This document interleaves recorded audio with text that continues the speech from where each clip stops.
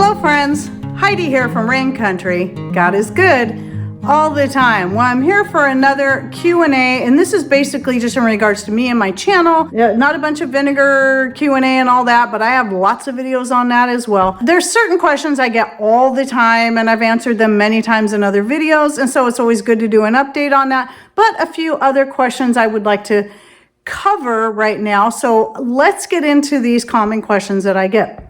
So one of them was in regards to live shows. People that wonder why I don't do live shows like other channels, or why I don't do them anymore, because in the beginning of my channel, I was doing live shows, but it was not an easy task.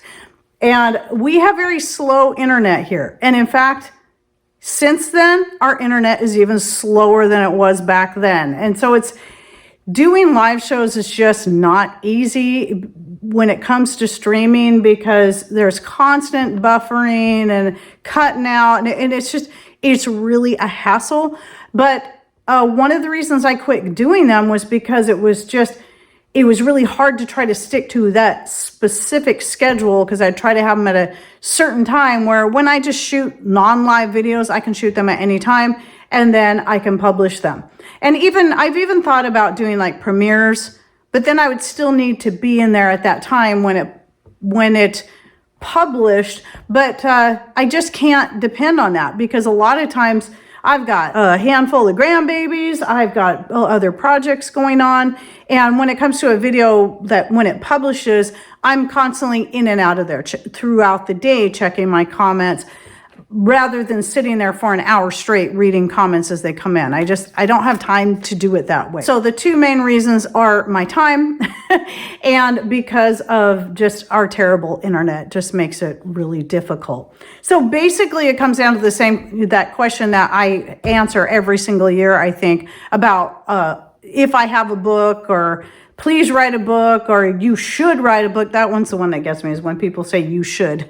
I'm the kind of person, just so you know, is when people say you should, I'm more apt to say, no, I'm not going to do it, because that's kind of that independence in me. So I know you mean well, so don't take that wrong. That's just how I instinctively react to that when I hear that. The reasons why I don't write a book are a lot of the same reasons why I don't do live shows. I have to prioritize my time, and my time keeps getting more precious. It's the same reason why I had to cut back on certain products that I used to make and sell a lot, especially in the early days of my channel. I was just pumping out the patchwork skirts constantly, but I had no grandbabies back then. And because YouTube wasn't quite as strict as they are now, I didn't have to have a separate channel just to put videos that, of topics you're no longer allowed to talk about. And so now I have two different channels that I have to maintain.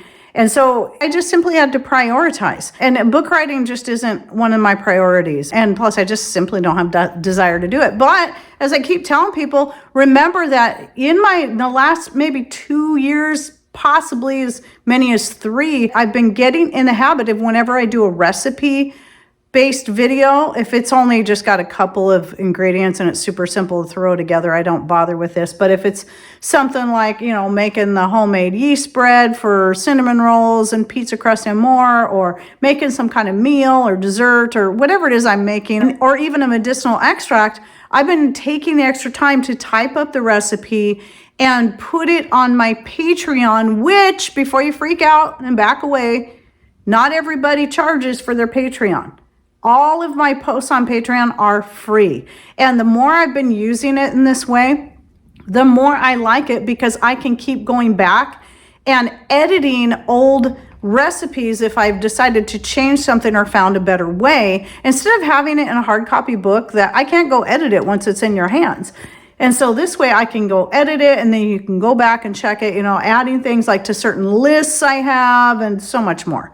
And in fact, I just edited and updated my list on medicinal herbs that you should consider growing or stocking up on, that I did back in 2022, because, well, it's updated. So now I can link to that list and have it all updated. So just like I did, that video should have just published, by the way, since it had been a couple years since I had done a video like that. So I just did one, it just published, I'll link to it down below. So the next thing is not so much a question I get, but it's a lot of there are people that get confused or just complain about it, in the fact that when it comes to videos like that, you see any of the videos you see publishing Tuesday, Wednesday, Thursday, or Friday were shot anywhere from 4 to 6 weeks ahead of time.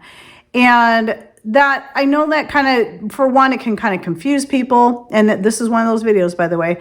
And some people they just don't like it. They feel like they're watching old news. Well, it's not old news because it's still relevant. Otherwise, I wouldn't bother putting it out. But just so you understand, that's the same reason why I started making the this and that videos a weekly thing every Monday. Because that way, if people have questions on videos that just came out, I do try to answer them in comments, but I can also approach it in a video in my this and that videos. And those I shoot on a Thursday, and then I publish them on a Monday. That gives me, a full day or so where I can edit the video, and then usually the whole day it takes to upload the video because our internet's so slow. But at any rate, there's only a few days difference. Now, when it comes to the shorts that you see on YouTube or Instagram or X, those were either shot that day or a day or two prior to that. That's another reason I'm starting to like the shorts more, because it's another way I can just put a quick update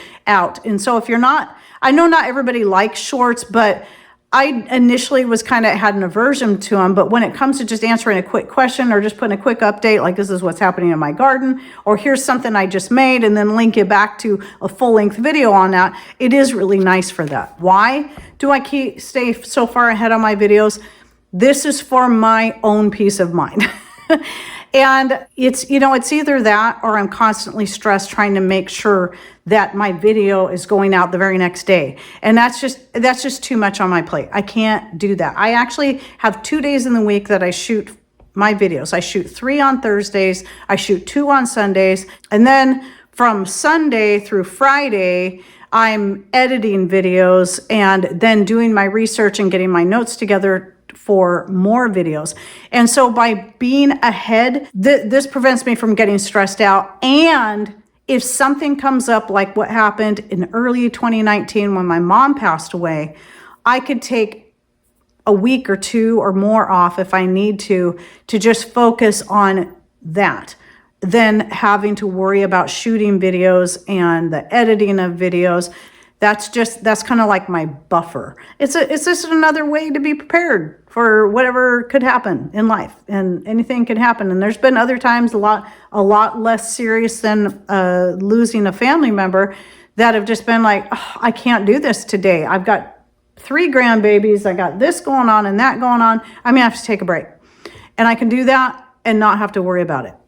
So anyway, that's why I do that. Now, as far as other places you can find me, because you never know as far as YouTube goes, what they may decide to make illegal to talk about on their platform. Well, I have Rumble. That's why I have Rumble as a backup. And in fact, I've been posting there for over 2 years now. I think it's been over 2 years, at least 2 years, on a regular basis. I took some time off for a while because of some issues I was having with the internet when it got even slower. Then I found a way to work around that. So you can find me on Rumble. You can find me now on X or Twitter. And also I've gone back to Instagram. As some of you know, I've had an Instagram for years, but then it just kind of fell by the wayside because it was just another thing to keep up on. But since they've updated things and made them different there, I'm actually really liking Instagram. There's things I don't like about Instagram, such as you can't put live links, where you can clickable links where you can click on it and take you somewhere in your description or in your comments, which is really kind of a pain.